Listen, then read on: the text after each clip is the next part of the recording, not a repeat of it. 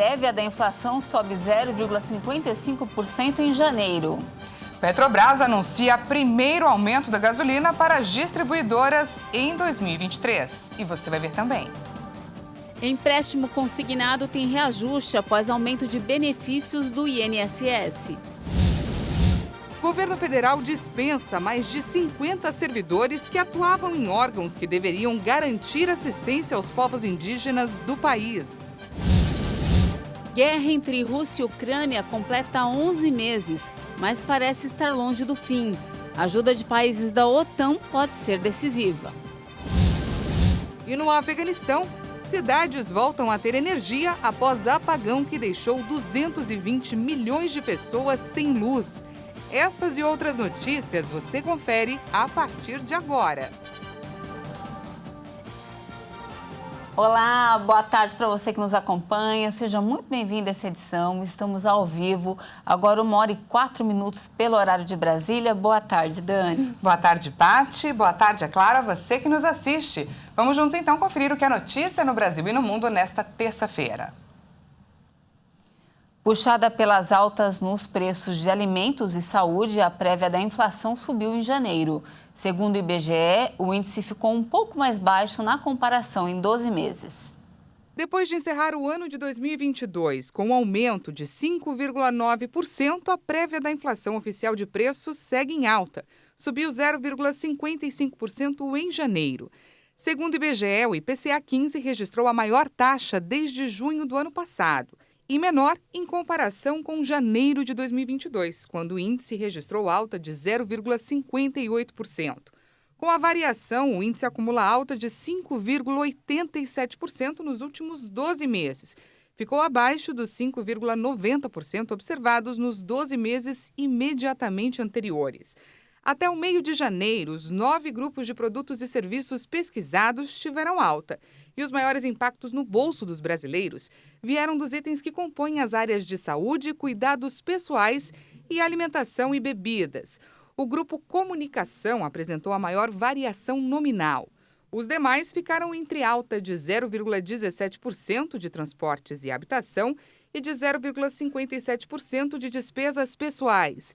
Todas as regiões pesquisadas apresentaram aumento em janeiro, com a maior variação registrada em Belo Horizonte, influenciada pelas altas dos itens de higiene pessoal, da taxa de água e esgoto e da batata inglesa. Já o menor resultado aconteceu no Rio de Janeiro, onde pesaram as quedas da energia elétrica e da cebola. A Petrobras anunciou um novo reajuste no preço da gasolina para as distribuidoras.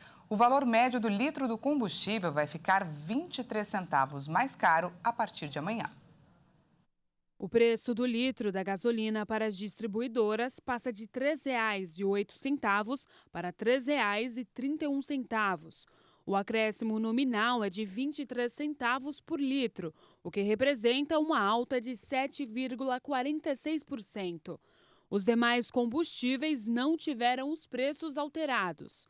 O último reajuste na gasolina havia sido realizado em dezembro, com redução de 6,1%. No patamar anterior, os preços estavam sendo negociados abaixo dos praticados pelo mercado internacional.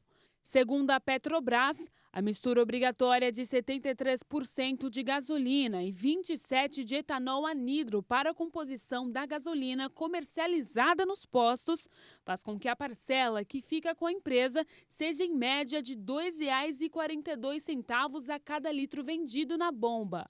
O valor final dos combustíveis nas bombas depende não só dos valores cobrados nas refinarias, mas também de impostos e das margens de lucro de distribuidores e revendedores. E após aumento nos benefícios do INSS, o empréstimo consignado também teve reajuste. Com os novos valores que começam a ser pagos amanhã, a margem que pode ser comprometida no crédito também muda.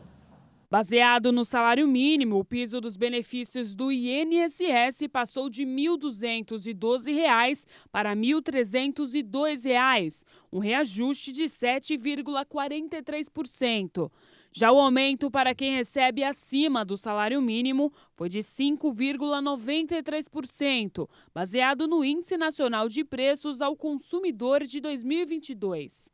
Com essas variações, a margem do empréstimo consignado dos beneficiários do INSS também aumentou de valores.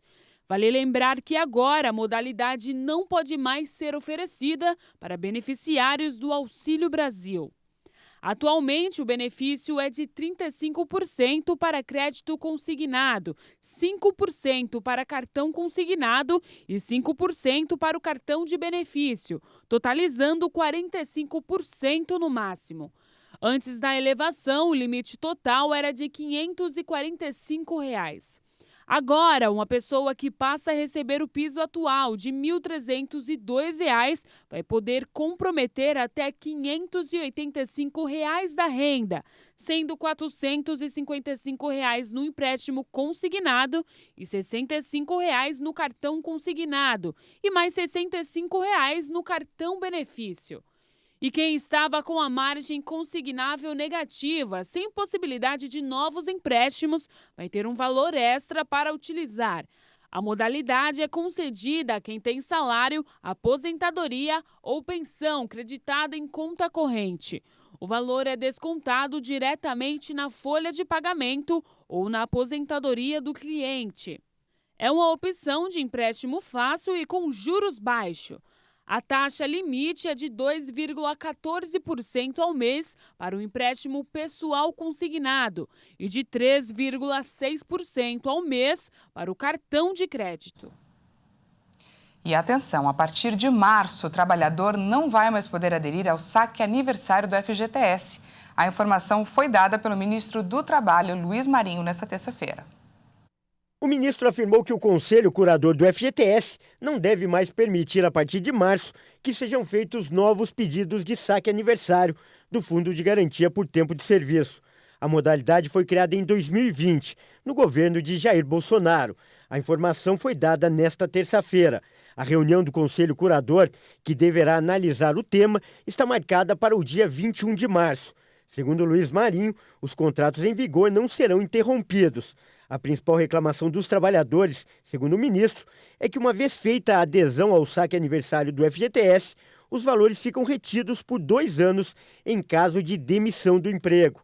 Além disso, ele lembrou que o FGTS também serve para conceder empréstimos a projetos de infraestrutura, como a construção da casa própria.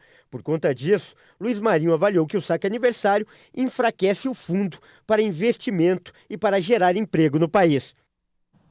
O delegado da Polícia Federal, Sandro Avelar, deve ser o novo secretário de Segurança Pública do Distrito Federal. A decisão foi tomada durante uma reunião com a governadora em exercício do Distrito Federal, Celina Leão, na noite de segunda-feira. E o presidente em exercício, Geraldo Alckmin, oficializou a troca na cúpula do Gabinete de Segurança Institucional, o GSI. O general Ricardo José Nigri foi nomeado novo secretário executivo da pasta. E Márcio Cardoso Neto será o secretário de Segurança Presidencial. E o governo federal dispensou mais de 50 servidores que atuavam para garantir assistência e saúde aos povos indígenas do país. O Ministério Público Federal afirmou que o Estado brasileiro foi omisso na proteção dos Yanomamis. O governo federal dispensou 11 coordenadores regionais da Secretaria de Saúde Indígena do Ministério da Saúde e 43 chefes regionais e nacionais da FUNAI, a Fundação Nacional dos Povos Indígenas. As baixas já foram publicadas no Diário Oficial da União. A lista de dispensas na FUNAI inclui 22 coordenadores regionais, 15 coordenadores setoriais e 6 diretores, assessores e secretários vinculados diretamente à presidência. Os substitutos nesses cargos devem ser anunciados nos próximos dias. Procuradores do Ministério Público Federal afirmaram que a grave situação de saúde e segurança alimentar sofrida pelos indígenas Yanomamis foi causada pela omissão do Estado brasileiro na proteção das terras indígenas. A conclusão está em uma nota pública divulgada pela Câmara de Populações Indígenas e Comunidades Tradicionais do Ministério Público Federal.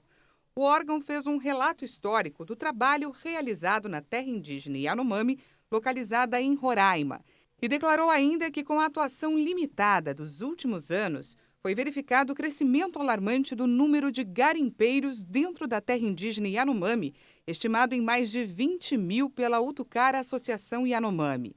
O Ministério Público Federal destacou o compromisso da instituição de atuar em cumprimento à sua missão constitucional para coibir as atividades ilegais, além da retirada de invasores nas terras indígenas Yanomami e de outros povos, bem como para o fortalecimento do órgão de proteção. E a Polícia Federal do Amazonas reuniu provas suficientes que apontam que o traficante conhecido como Colômbia é o mandante dos assassinatos do indigenista brasileiro Bruno Pereira e do jornalista britânico Dom Phillips na Amazônia em junho do ano passado. O acusado, que está preso desde dezembro, também é investigado por pesca ilegal e tráfico de drogas. O anúncio foi feito nesta segunda-feira pelo superintendente da PF no Amazonas, Eduardo Alexandre Fontes, que afirmou que o caso está praticamente encerrado, 90% concluído. A polícia afirma que Rubens Dário da Silva Vilar, apelidado Colômbia, nasceu na cidade de Puerto Narino, na Amazônia colombiana.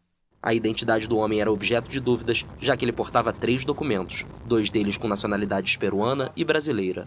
Vilar, que está preso desde dezembro, é suspeito de ter liderado uma organização de pesca ilegal no Vale do Javari, região próxima da fronteira brasileira com o Peru e a Colômbia. Segundo a PF, a fiscalização que era exercida de forma muito veemente por Bruno trazia grandes prejuízos ao grupo criminoso. Entre as provas reunidas foi informado que Colômbia forneceu aos identificados como autores materiais do crime, munições e embarcações para a realização de pesca ilegal, e também pagou o advogado de defesa de um dos indiciados pelo duplo homicídio. Bruno Pereira e Dom Phillips foram mortos a tiros em 5 de junho no Vale do Javari, onde foi registrado o aumento da pesca, desmatamento e garimpo ilegais e do tráfico de drogas. A polícia encontrou os restos mortais dos dois 10 dias depois, após um pescador confessar sua participação e levar agentes até o local onde haviam sido enterrados os corpos desmembrados. Agora a gente traz atualizações sobre o rompimento da barragem de Brumadinho, em Minas Gerais, que aconteceu em 2019. O Ministério Público Federal apresentou uma denúncia contra os envolvidos, desde que foi considerado o maior acidente de trabalho do país em perdas de vidas humanas.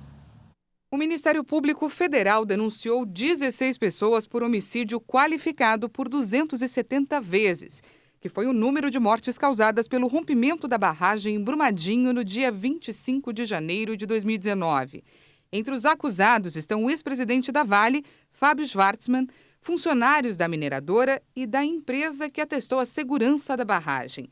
Todos eles, pessoas, empresa e mineradora, também foram denunciados por crimes ambientais contra a fauna e a flora e por crime de poluição.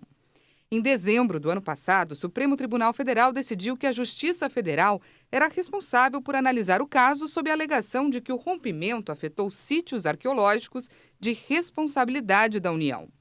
Na denúncia apresentada nesta segunda-feira, os procuradores pediram a possibilidade de, a qualquer momento, acrescentar ou retirar denunciados ou fatos criminosos.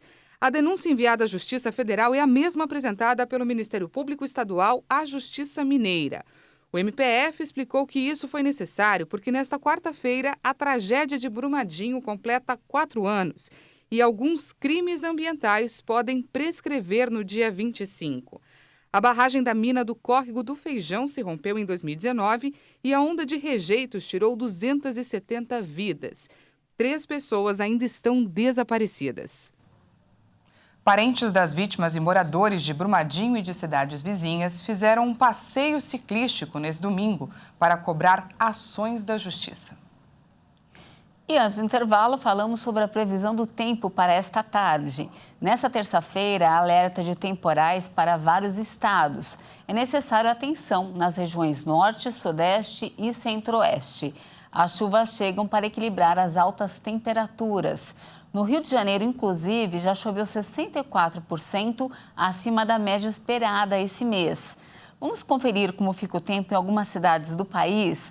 Começamos por Belo Horizonte. O dia por lá continua de calor e chuva a qualquer hora.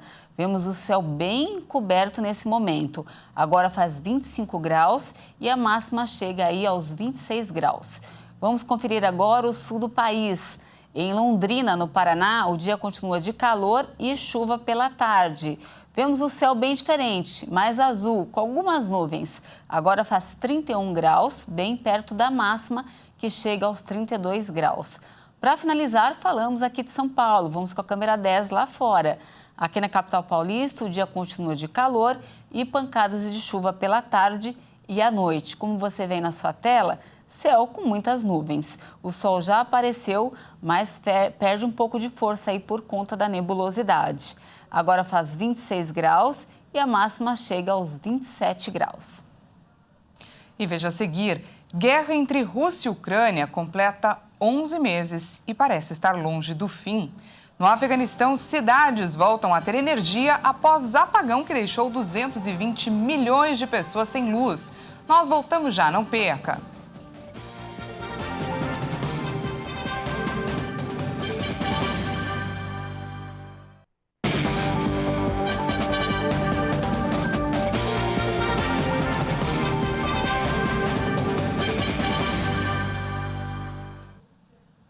Seja bem-vindo mais uma vez, estamos de volta ao vivo, agora 1h21 pelo horário de Brasília e voltamos com destaque internacional, não é, Paty? Isso, falamos aí do conflito no leste europeu.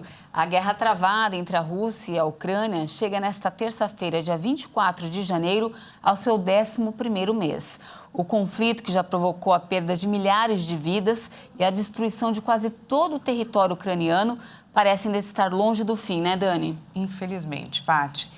Em meio a uma escalada de tensões entre a Rússia e o Ocidente, países membros da OTAN seguem negociando o fornecimento de mais armas para a Ucrânia. E o pedido do presidente Volodymyr Zelensky para que países enviem tanques Leopard pode ser autorizado em breve pela Alemanha. O recém-empossado ministro da Defesa da Alemanha, Boris Pistorius, declarou nesta terça-feira, durante entrevista coletiva em Berlim, que os países aliados já podem começar a treinar os militares ucranianos no uso dos tanques Leopard. A entrega dos veículos de combate ainda não foi autorizada pelo chanceler Olaf Scholz, mas Pistorius disse que a decisão pode chegar em breve. Eu encorajei expressamente que os países aliados que tenham Leopards treinem as tropas ucranianas nesses tanques.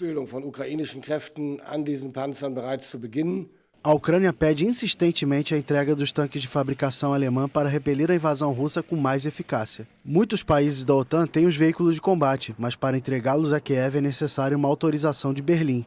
Na segunda-feira, a Polônia aumentou a pressão sobre os alemães e disse que entregaria 14 tanques Leopard às tropas ucranianas, mesmo sem ter permissão. Apesar de já ter declarado apoio a Kiev em várias oportunidades, Olaf Scholz nunca se posicionou sobre os repetidos pedidos do presidente Volodymyr Zelensky pelo envio de tanques.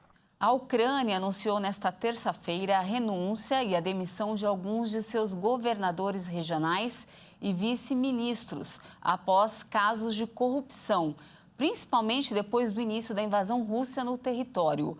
Algumas das autoridades são acusadas de desviar dinheiro e assinar contratos de alimentos a preços inflacionados para a população. A Ucrânia sofre com a corrupção endêmica há anos, mas os esforços contra esse problema foram ofuscados durante a guerra.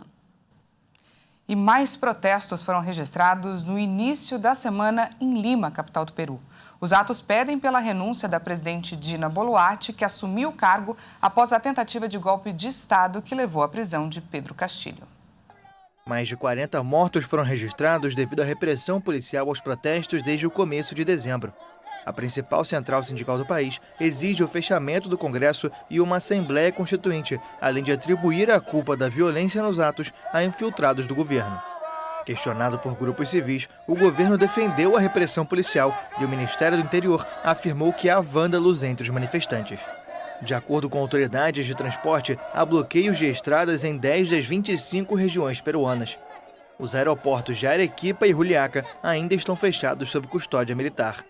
O serviço de trens entre Cusco e Machu Picchu, principal destino turístico do país, está suspenso pelo fechamento da famosa cidade por questões de segurança. Um incêndio criminoso suspendeu o tráfego de trens em uma das principais estações de Paris nesta terça-feira. Autoridades classificaram o episódio como muito grave e disseram que não garantem a retomada do serviço, nem mesmo amanhã, quarta-feira.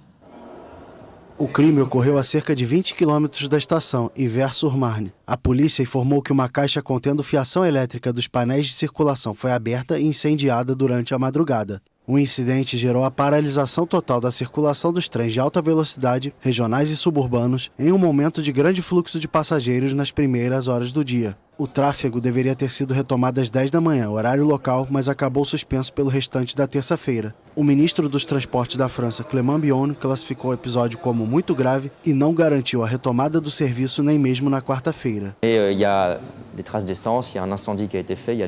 Há traços de petróleo, foi aceso fogo, há 2 pontos marcados e 48 cabos foram queimados. Está muito claro que não houve um problema técnico. Os agentes do serviço de trem checaram tudo, então não podemos receber essas informações com tranquilidade. O senhor Farhandour, diretor da companhia de trens, me informou sobre tudo diretamente. Não sabíamos no início se havia sido um problema técnico, mas agora está muito evidente que criminosos cometeram um ato de vandalismo. Sejamos claros.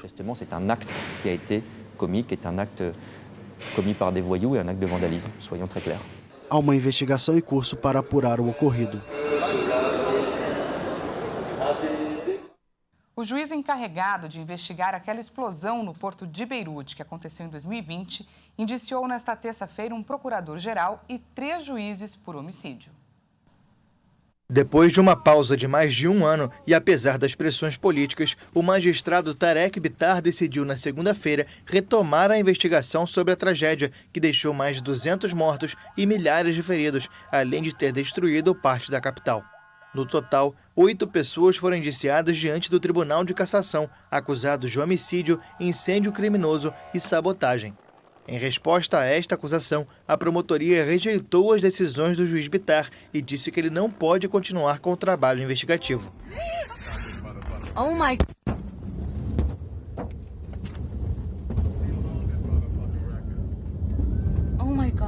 A grande explosão de 4 de agosto de 2020 foi causada pelo armazenamento sem precauções de centenas de toneladas de nitrato de amônio em um depósito. Grande parte da população atribui a tragédia à negligência e à corrupção da classe política, também acusada de prejudicar a investigação para evitar processos. E uma última informação: paquistaneses registraram o retorno da energia depois de um apagão generalizado na segunda-feira. A falta de energia começou logo pela manhã, após uma falha ligada às medidas de economia adotadas para enfrentar a grave crise. O ministro da Energia afirmou que a eletricidade estava sendo gradualmente restaurada e que as causas do apagão seriam investigadas.